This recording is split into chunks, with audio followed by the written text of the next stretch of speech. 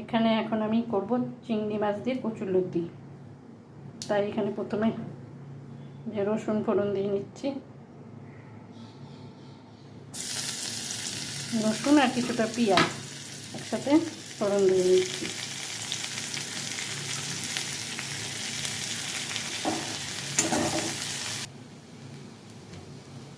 পেঁয়াজ রসুনটা আমার ভাজা হয়ে গেছে। এখন আমি কচুরলতির মধ্যে দিয়ে দিই, সেদ্ধ করা কচুরলতি।